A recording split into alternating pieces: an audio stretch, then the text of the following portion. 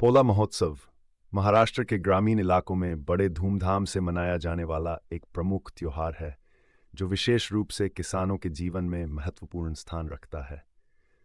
इस त्योहार को मुख्य रूप से बैलों के सम्मान और उनके प्रति कृतज्ञता व्यक्त करता है जो खेती में किसानों के सबसे बड़े सहायक होते हैं।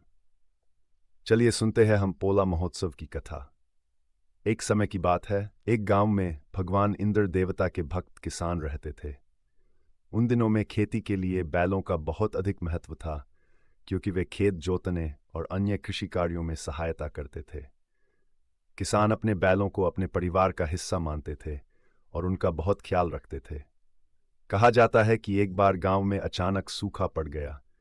खेतों में फसलें सूखने लगीं और किसान बेहद चिंतित हो गए। उन्होंने इंद्रदेव से बारिश के लिए प्रार्थना की, लेकिन बारिश नहीं हुई। गांव के बड़े बुजुर्गों ने कहा कि जब तक बैलों को आदर और सम्मान नहीं दिया जाएगा तब तक बारिश नहीं होगी। किसानों ने अपने बैलों को सजाया और उनकी पूजा अर्चना की। उन्होंने बैलों की सेवा की और उन्हें विशेष भोजन खिलाया। इस पूजा के बाद अचानक आसमान में बादल छा गए और जोरदार बारिश हुई।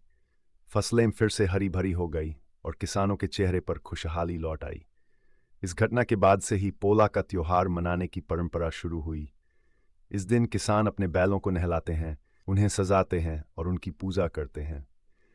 बैलों की सजावट के बाद उनकी शोभा यात्रा निकाली जाती है, जिसे गांव के लोग बड़े उत्साह से देखते हैं। पोला के दिन किसानों के बच्चे मिट्टी के बैल बनाते हैं और उनका खेलते हैं, जो इस त्योहार का एक और खास पहलू है। यह त्योहार न केवल खेती में बैलों की महत्वपूर्ण भूमिका को मान्यता देता है, बल्कि यह प्रकृति और पशुधन के प्रति कृतज्ञता प्रकट करने का भी प्रतीक है।